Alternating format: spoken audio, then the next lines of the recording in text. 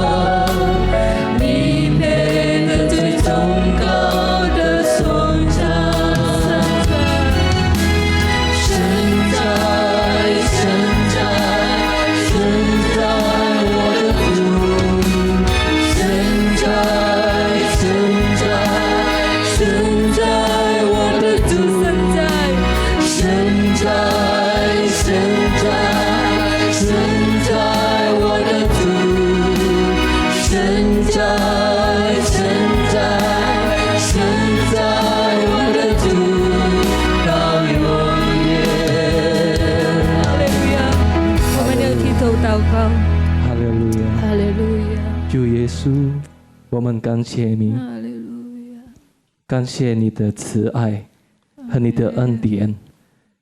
你已经在患难中保守我们，看顾我们，让我们今天可以在线上一起来赞美你、崇拜你。求主你的宝血来究竟我们的心，洗净我们生活上的一切罪过，让我们可以谦卑地来到你的面前，一起来敬拜你。我们要开始今天的崇拜会，求主带领我们从开始到末了，奉主耶稣基督的名，我们祷告，阿们。哈利路亚！弟兄姐妹们，耶稣基督已经从死里复活，战胜了死亡，战死了欺怕，断开黑暗，复活的神。如果我们忠心来依靠我们的神，在我们生活中，我们也必得胜。哈利路亚！我们要一起来赞美我们的神，我们一起来唱：我的神，我的神。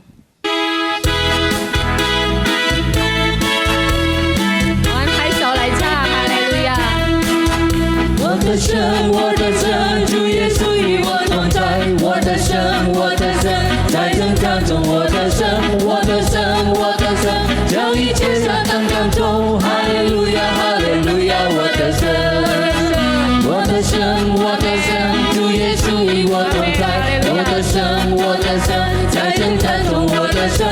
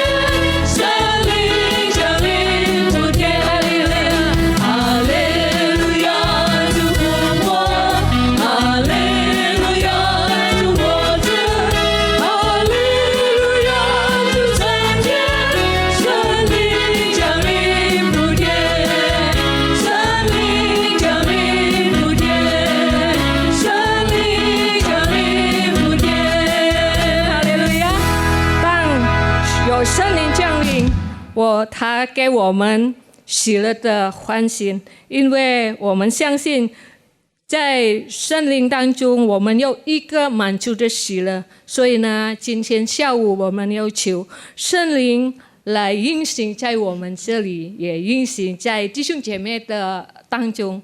感谢主，我们有预备我们的心，我们要来领受神的话语，我们一起来唱圣灵的江河。来到主的面前，我们要来渴慕他，因为在神的宝座前有一道生命水流。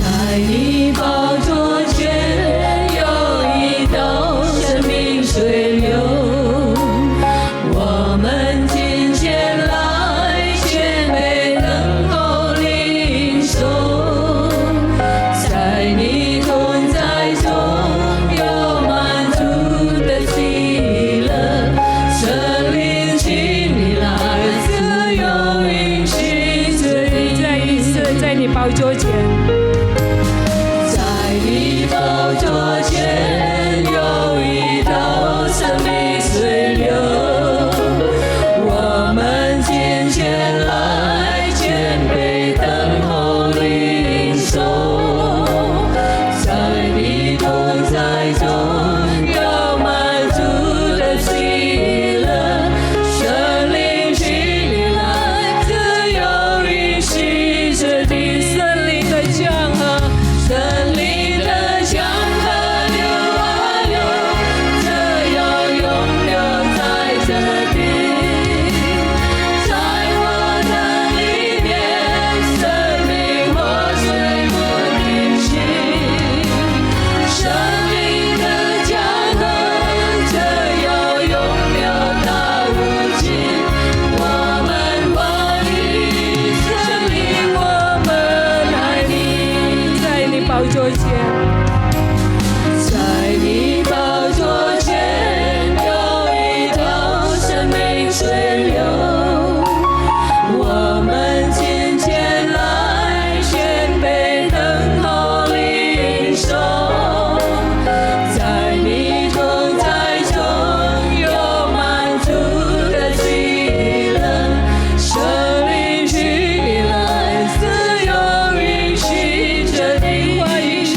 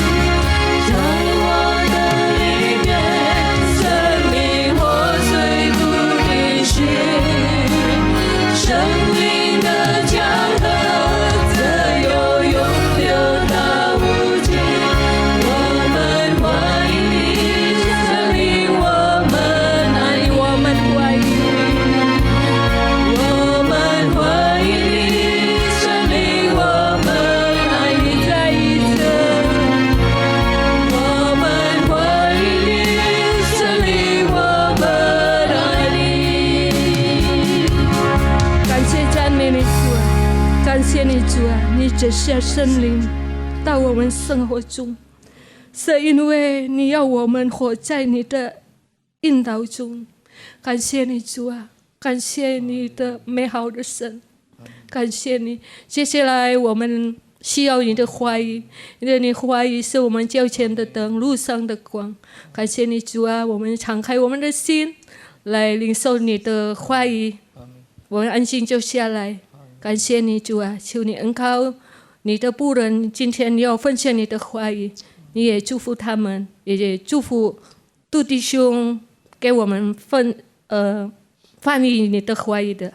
感谢你主啊，奉主耶稣的名我们祈求祷告，阿们。 Selamat sore Bapak Ibu Saudara yang terkasih di dalam Yesus Kristus. 主内亲爱的弟兄姐妹，你们大家下午好。 Senang sekali bisa kembali bertemu di dalam persekutuan ibadah online pada sore hari ini. 非常有欢乐，我们能够在这个晚上，通过这个晚上的崇拜会再见面。 Mari kita berdoa bersama-sama, semoga tidak lama lagi kita sudah bisa bersama-sama berkumpul, berbakti dan beribadah di gereja kita kembali. 来，我们一同来呼求，希望在过不久的将来，我们能够在教会里面对面，好好的有崇拜会。 Pada kesempatan sore ini saya ingin mengucapkan terima kasih kepada Bapak Gembala kami dan juga pada para wakil gembala untuk kesempatan yang diberikan kepada saya untuk membagikan firman Tuhan pada sore hari ini. 通过这个傍晚的机会，我要感谢我们的主任牧师跟我们的副主任牧师，给我在这里机会能够分享神的话。 Untuk tidak menghabiskan terlalu banyak waktu, mari kita buka ayat pokok kita di dalam Lukas pasal yang ke-15, ayat yang ke-17 sampai ayat yang ke-24. 我们要打开路加福音第15章，从17节到24节。 Tapi sebelum kita masuk ke dalam pembahasan ayat pokok kita, saya ingin untuk memberikan sedikit pembukaan bahwa apa yang kita pikirkan atau kita sadari bahwa hal itu penting akan mempengaruhi keputusan-keputusan kita untuk mencapai tujuan yang kita ingin tuju. 在还没有开始我们的主题的时候，我们要谈一下，我们主要的就是说，我们所选择的。 这个所界定的呢，能够影响到我们将来能够是否达到我们的目的。 Sebagai contoh, kalau kita lapar dan kita ingin untuk makan menu ikan bakar misalnya. 比如说，我们想吃烧鱼。 Maka kita bisa memilih di antara dua pilihan. Apakah kita membeli ikan bakar yang matang atau kita pergi dulu ke sungai atau ke danau untuk memancing ikan lalu membakar ikan itu. 是否我们能够在市场上买到这个烧鱼呢？或者我们到河边或者到海边去钓鱼，过后我们才来烧这条鱼。 Begitu juga kalau kita memiliki tujuan untuk merawat dan membesarkan sebuah pohon buah mangga misalnya, maka kita harus sabar menunggu 1 tahun mungkin lebih sampai 5 tahun sampai pohon itu besar dan mengeluarkan buah mangga seperti yang kita inginkan. 比如说，我们想有这个树的果子，那么比如说我们想吃芒果呢，我们也许要种这个芒果树呢。 1年到5年，它才能结果子，才我们能够享受到这个树的果子。 Bagaimana halnya dengan mendidik manusia, mendidik anak-anak kita sampai mereka menjadi anak-anak yang berbakti kepada Tuhan dan juga kepada orang tua. 那么我们要也许教导我们的子女呢，怎样他们能够敬畏而且敬畏神，而且尊敬父母亲。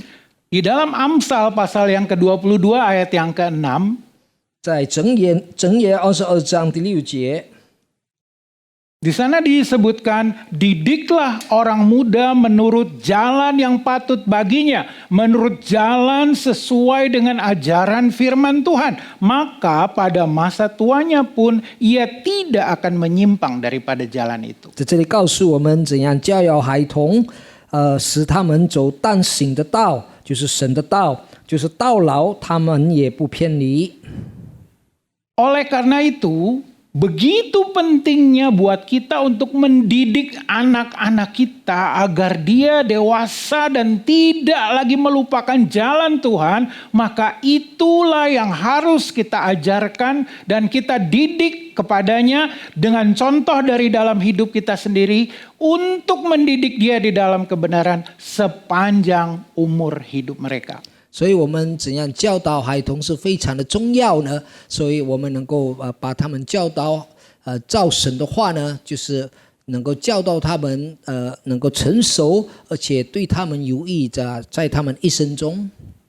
Oleh karena itu saya ingin menanyakan sebuah pertanyaan yang penting kepada Bapak, Ibu, dan saudara-saudara sekalian.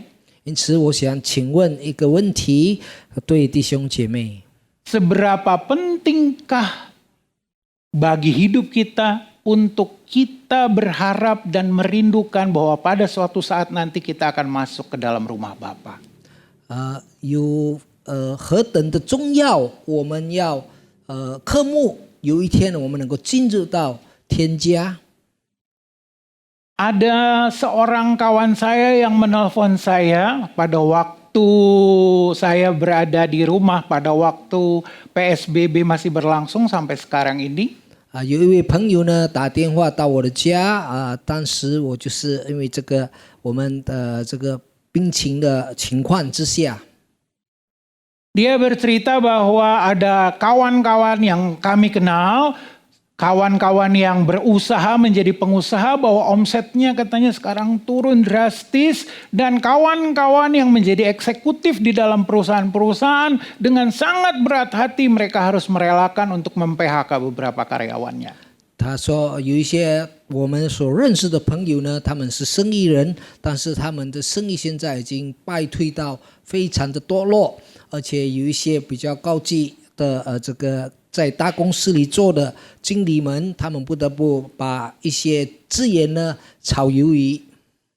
Tetapi ada satu pernyataannya yang saya jadi teringat dan saya mempersiapkan bahan sharing khotbah saya pada sore hari ini. 有一段他所讲的，使我能够觉悟到，所以我预备今天所要讲的这个道。 Pertanyaan atau tepatnya pernyataan yang dia katakan adalah seperti ini. Puji Tuhan, tetapi kalau di sorga nggak seperti sekarang ini kan Pak. 他说赞美主，但是在天堂肯定不会有这样的情形，是吗？ Dan saya katakan iya pasti seperti itu. 我说当然是。 Tetapi yang jadi pemikiran saya selanjutnya adalah seberapa sadar saya betapa pentingnya bagi saya untuk mempersiapkan hidup saya untuk masuk ke dalam kerajaan surga yang kekal 所以 itu. 这样我觉悟到呢，非常的重要。我怎样预备好自己，怎样以后进入天家。 Dan saya mulai mempertanyakan apakah saya sadar benar-benar bahwa saya sudah mempersiapkan diri saya sebaik-baiknya untuk masuk ke dalam kehidupan di dalam kerajaan sorga di rumah Bapa yang kekal. 所以我实实在在的醒悟到，我花多少的精力呢，预备好怎样能够进入到天家吗？ Dan seperti di dalam ayat yang ke-17 dari Lukas, Injil Lukas pasal yang ke-15 itu dikatakan bahwa si anak terhilang ini pada satu saat dia memiliki kesadaran bahwa tujuannya sudah salah arah. 在路加福音15章17节呢，在这里告诉我们怎样这个浪子呢，他醒悟过来，他已经走错了路。 Di sana dituliskan lalu si anak terhilang itu menyadari keadaannya bahwa ternyata dia telah salah arah, dia telah sampai kepada tujuan yang salah dan dia harus bertobat, dia harus berbalik arah kembali kepada tujuan yang benar yaitu ke rumah bapaknya. 在那里告诉我们，这个儿子呢，小儿子呢，他醒悟到他已经走错了路，选择错的方向，所以他 怎样要悔改，回到他的父亲的家？ Kalau sudah ada kesadaran yang seperti itu, barulah proses perubahan menuju arah yang benar itu bisa dilakukan. 如果已经有这样的醒悟呢，所以我们改变我们所进行的呢，才能够抵达到那个目的。Kalau kita merasa bahwa keberadaan kita sekarang ini nggak ada apa-apa yang aneh, nggak ada apa-apa yang salah, maka saudara tidak memiliki keinginan ataupun kerinduan untuk berubah, apalagi kerinduan untuk pulang ke rumah Bapa pada saat ini. 如果你觉得现在是没有什么错误，而且你不需要改变什么呢，那么你就没有科目到你要怎样回到天家，或者回到天父的家。 Ada satu berita yang viral yang dibagikan oleh seorang kawan saya, sebuah video singkat yang menunjukkan seorang pengacara terkenal dengan koleksi mobil mewah yang begitu banyak tetapi tidak bisa digunakan karena PSBB selama hampir 2 bulan ini. Dan dia berkata, ternyata mobil mewah itu, kekayaan yang saya punya itu tidak ada artinya sama sekali. 有一段的这个影片，就是说有一个很出名的律师呢，他记录他自己有很多的跑车，而且很贵的车呢，但是因为有这个新冠病毒的情况呢，他的车根本是没有用，这个2个多月他已经没有驾驶这些车。 Dan saya berdoa, semoga dengan kesadaran seperti itu dia bisa kembali kepada tujuan untuk memandang bahwa pulang ke rumah Bapa yang kekal itu sangat penting di dalam kehidupan manusia. 我希望通过他所讲的，我这位朋友呢，他有更好的选择，怎样好的准备回到天家。 Karena kalau sudah ada kesadaran bahwa orang itu ingin berubah, maka dia bisa memilih proses perubahan untuk menuju arah tujuan yang ingin dia capai di dalam hidupnya. 如果有了这个觉悟到他应该悔改，那么他就会能够有一个决定，改变他的这个方式，能够预备好他走回这个他的方向，就是到天家。 Mari kita baca di dalam ayat yang ke-18 dari Lukas pasal yang ke-15 itu, kita melihat bahwa si anak terhilang yang sudah menyadari bahwa arah tujuan hidupnya sudah salah arah, maka dia memilih untuk berubah. Dan proses pencapaian perubahannya itu dikatakan, aku akan bangkit pergi kepada Bapakku. Dalam artian, aku akan pulang kembali ke rumah Bapakku. 在我们如果看到第18节这里，就是说这个孩子呢，他已经醒悟过来，他要改变，所以在这里说我要起来到我的父亲那里去，就是说他知道他走错了方向，他改变要回到他的父亲的家。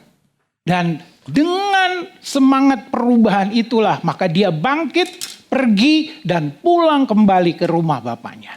那么他这样悔改的精神呢，他就起来，就走回他的父亲的家。 Dan kalau kita baca kisahnya seterusnya, dari jauh pada waktu bapaknya melihat anaknya itu sudah pulang kembali ke rumah, maka dia lari untuk mendapatkan anaknya itu, menjemput dia dan mengajaknya pulang ke rumah. 那么，如果我们继续再读下去呢，我们知道这个故事告诉我们，从眼里他的父亲看到他的这个小儿子回来的时候，他的父亲就感动的跑去，怎么抱住他，带他回到家。 Mari kita baca di dalam ayat yang ke-24 dari Lukas pasal yang ke-15 ini, dikatakan, bapaknya mengatakan sebab anakku ini telah mati dan menjadi hidup kembali. Ia telah hilang dan didapat kembali.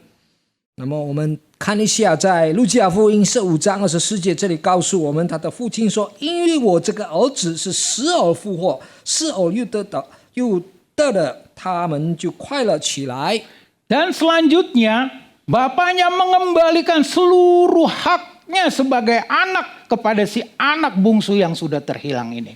那么过后呢，他的父亲把他这小儿子所有的权利恢复。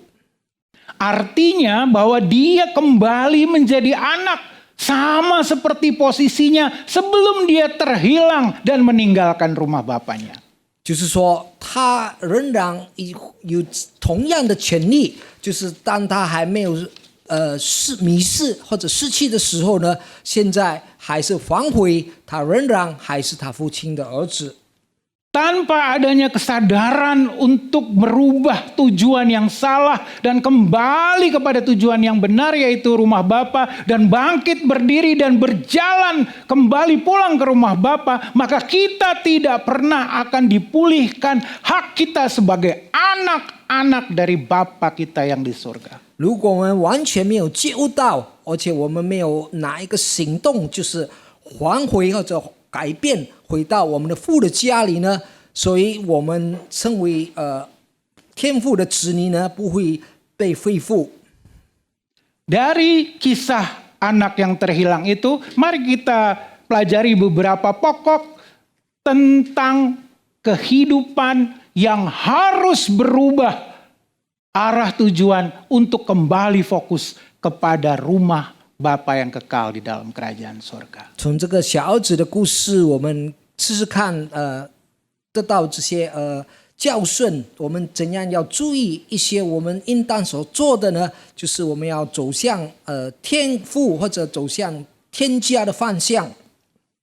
Prinsip yang pertama yang saya ingin bagikan kepada saudara-saudara adalah sedari semula Allah menciptakan manusia dan manusia itu tidak diciptakan untuk dapat sukses ataupun dapat berhasil seorang diri saja. 在这里就是说，起初上帝造人的时候呢，上帝要人有成就、有成功呢，不是单单一个人。Di dalam Kejadian pasal yang kedua ayat yang ke-18, Allah mengatakan tidak baik kalau manusia itu seorang diri saja. 在创世纪第2章18节，神这里说：“拿人独舍不好。” Hal ini tentu saja bisa dikaitkan dengan jodoh, karena setelah itu baru Tuhan menciptakan Hawa dari tulang rusuk Adam. 那么现在我们可以说对象，那么过了那个时候呢，神就创造了夏娃，通过这个男人的骨。Tetapi kita juga bisa mengambil kesimpulan bahwa sedari semula Allah menciptakan manusia dan dia tidak bisa sukses untuk seorang diri saja karena manusia selalu membutuhkan persekutuan dengan Tuhan seumur hidupnya. 那么我们能够这里总结，就是说，当神开始造人的时候，不要人单独行，就是说，神要人和神呢有密切好的交通关系。 Di dalam kitab Yeremia pasal yang ke-9 ayat yang ke-23 dan 24, 在耶利米书第9章第23节， di sana disimpulkan bahwa mengenal Allah dan berjalan bersama-sama dengan Allah untuk seumur hidup manusia di bumi ini, itu adalah kebahagiaan yang terbesar bagi manusia. 在这里告诉我们，就是行在跟神在一起，就是跟神有密切的关系，这是我们人是最有福的。 Dan prinsip yang kedua yang harus kita sadari sebagai manusia yang hidup di bumi ini dan sedang menuju perjalanan kita kembali ke rumah Bapa yang kekal di kerajaan sorga adalah Allah kita adalah Allah yang baik, Allah yang maha pengampun, dan dia sangat setia untuk menolong dan mengangkat kita kembali menjadi anak-anaknya yang berkenan kepadanya. 第二个原则呢，就是说我们走向天父的家的方向呢，就是说我们认识我们的神是美善的，他是怜悯的神，他是要帮助我们的神。 Di dalam Mazmur pasal yang ke-25 ayat yang ke-8 di sana dituliskan Tuhan itu baik dan benar sebab ia menunjukkan jalan kepada orang yang sesat. 在诗篇第25篇第8节这里说，耶和华是良善正直的，所以他只是罪人走正路。 Kalau ada kesadaran di dalam hidup kita untuk kembali bertobat dan kembali pulang ke rumah Bapa dan kita kembali berdiri dan kita berjalan walaupun tertatih-tatih pulang ke rumah Bapa, maka Tuhan akan menunjukkan jalan kepada kita yang telah tersesat itu. 如果我们觉悟到在我们人生中的路程中，我们要悔改，虽然我们已经很刻苦的要走向天父的家的方向，但是神他怜悯我们，能够帮助我们。Hal yang kedua yang harus kita sadari adalah Tuhan itu baik dan untuk selama-lamanya kasih setianya. 我们更重要就是体会到神是美善的，他的慈爱心实直到永远。 Begitu banyak ayat yang mengatakan bahwa Tuhan itu baik dan kasih setianya untuk selama-lamanya. Salah satu di antaranya adalah di dalam kitab Mazmur pasal yang ke-100 ayat yang ke-5. 很多的经节记载到我们的神是美善的，他的慈爱直到永远。其中一个经节就是在诗篇第100篇第5节。 Dan prinsip yang ketiga yang saya ingin bagikan kepada saudara-saudara adalah 在第3个原则，我要跟弟兄姐妹分享的就是， kita harus sadari kalau kita telah diterima kembali sebagai anak-anak daripada Bapa yang Maha Baik itu, maka ada tugas yang harus kita kerjakan untuk menyenangkan hatinya. 所以我们要体会而且觉悟到，我们已经有这个成为神的子女呢，这个是我们很大的祝福，但是有责任、有任务，我们要进行。 Begitu banyak hal yang menegaskan tentang hal ini, tetapi salah satu yang sangat tegas menurut pendapat pribadi saya adalah amanat agung di dalam Matius 28 ayat yang ke-19 dan ayat yang ke-20. 很多的经节在这里强调的，但是最重要的呢，我就是要提到这个马太福音第28章从19到20节。 Ayat yang ke-19 berkata, karena kita telah mengalami segala kebaikan daripada Allah Bapa yang Maha Baik kepada kita, pergilah, bertindaklah, lakukanlah sesuatu. 因为我们已经受到神的慈爱、神的祝福呢，所以我们应当要去，我们应当要做。 Jadikanlah semua bangsa muridku dan baptislah mereka dalam nama Bapa, Anak dan Roh Kudus, yaitu di dalam nama Tuhan Yesus Kristus. Dan ayat yang ke-20 berkata, dan ketahuilah, kiranya engkau mengetahui hal ini, bahwa aku akan menyertai kamu senantiasa sampai kepada akhir zaman. 在这里，神强调就是说，要使万民做我的门徒，奉父子圣灵的名给他们施洗。 凡我吩咐你们的，都教训他们遵守，我就常与你们同在，直到世界末了。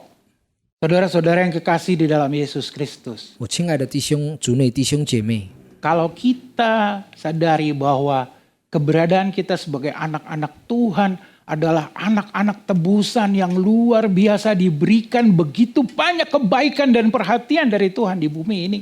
如果我们体会到我们已经得到神的美善，而且他已经收回我们，而且我们领受在这个世上很多很多的好处， Jangan simpan kebaikan Tuhan itu hanya bagi diri kita sendiri ataupun keluarga kita sendiri. 我们不要把神美善的事藏着为我们。 Pergilah, carilah jiwa-jiwa yang lain yang saat ini sedang menderita, yang saat ini sedang mengalami kesusahan, yang saat ini sedang mengalami ketakutan. Hiburkan mereka, tolong mereka, bantulah mereka supaya mereka pun bisa merasakan kebaikan daripada Tuhan Allah Bapa kita yang luar biasa. 我们要去寻找这些我们主内弟兄姐妹，他们也许在患难中，也许在惧怕中，也许需要帮助的时候，使到他们也能够领受到神的美善，通过我们， Agar mereka dan kita dapat bersama-sama kembali berjalan menuju ke rumah Bapa yang kekal selama-lamanya. 好让我们跟其他的弟兄姐妹能够一起走向神的天家的路，直到永远。 Dan bagi kita yang mungkin saat ini sedang mengalami kesulitan, sedang mengalami tantangan, sedang mengalami hal-hal yang berat di dalam hidup ini, ketahuilah bahwa Yesus Kristus Tuhan kita, Dia menyertai kita sampai kepada akhir zaman. 也许我们现在面对种种问题、种种困难的弟兄姐妹，你们要知道，我们的主耶稣基督与我们同在，直到世界末了。 Kiranya hal ini bisa menguatkan kembali iman kita yang sedang terpuruk saat ini. 但愿这个信息呢，能够坚固我们的信心。也许现在正在软弱中， dapat menumbuhkan kembali harapan kita yang mulai layu pada saat ini. 也许能够举起我们已经软弱的信心， Dan kembali menghangatkan kasih kita kepada Tuhan Yesus Kristus setiap hari.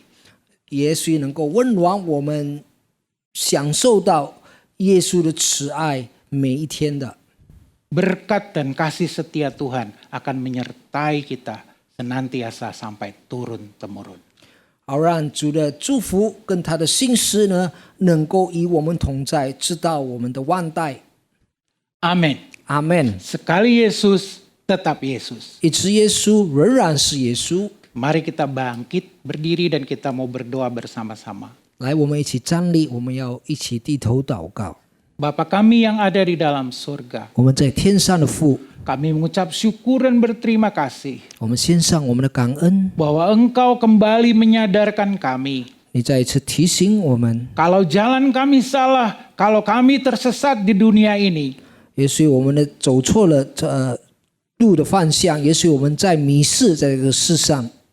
maka sadarkan kami kembali ya Tuhan. 但愿主能够介入我们， Berikan kembali kepada kami semangat untuk bangkit berdiri dan kembali bertobat untuk kembali berjalan pulang ke rumah Bapa yang kekal di surga. 再给我们精神能够起立，能够悔改，能够走向天父的天 Roh 家的。 Kudus kiranya memberi kekuatan kepada kami. 但愿主圣灵给我们力量， Roh Kudus kiranya membimbing kami ke arah yang benar. 但愿主圣灵带领我们走向真理的方向， Sampai kami tiba di rumah Bapa kami yang kekal di kerajaan sorga 直 nanti. 到我们抵达到永恒的天父的家。 Kami berdoa dan mengucap syukur 我们这样的祷告，而且我们献上感恩， di dalam nama Tuhan Yesus Kristus. 在主耶稣基督圣名， Dan kita semua yang percaya kita berkata, 我们所信他的人说： Amin.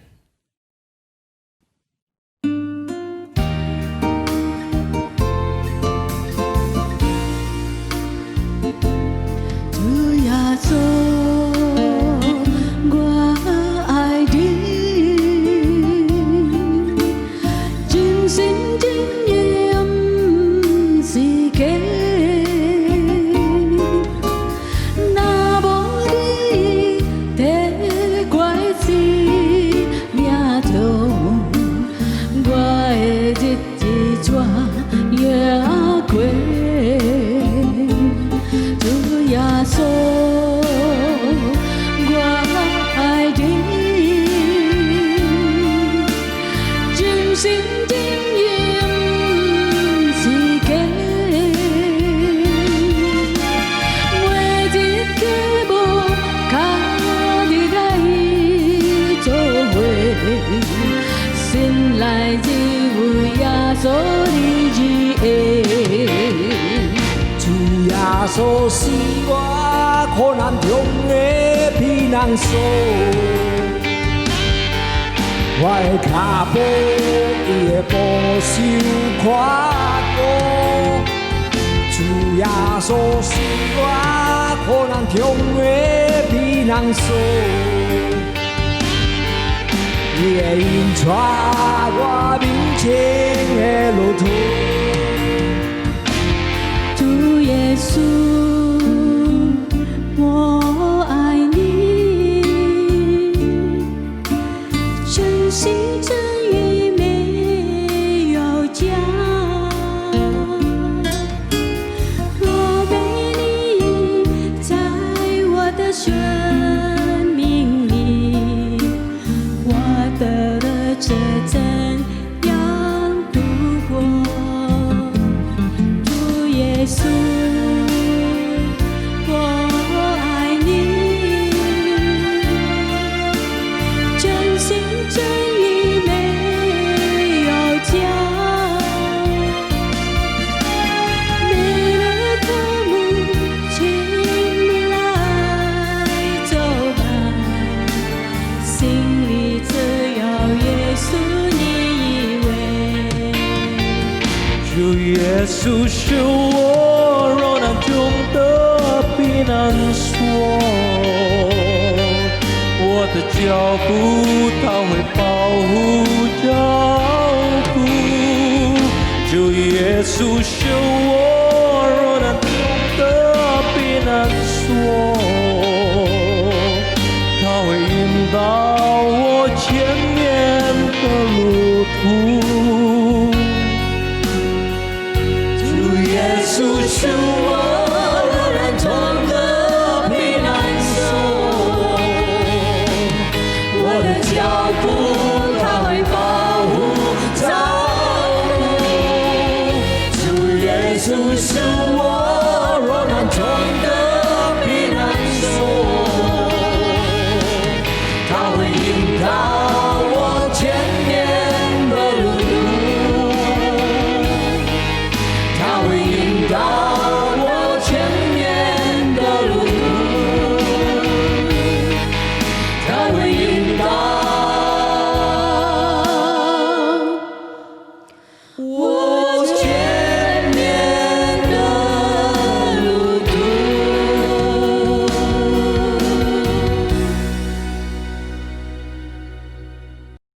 Bapak, Ibu, Saudara-saudara yang terkasih, 我亲爱的弟兄姐妹， kiranya berkat daripada Allah Bapa, 但愿主天父的祝福、 kasih karunia, pertolongan, dan perlindungan daripada Yesus Kristus Tuhan kita, 主耶稣的慈爱跟帮助， dan juga penghiburan, penyertaan daripada Allah Roh Kudus 圣灵的同在、圣灵的安慰， senantiasa menyertai kita 常与我们同在。 mulai hari ini 从今 sampai Maranatha, 直到耶稣再来的时候， sampai Yesus datang untuk kedua kalinya. 直到耶稣在第二次来的时候， Berkat ini kami terima 这个祝福我们领受， di dalam nama Tuhan Yesus Kristus.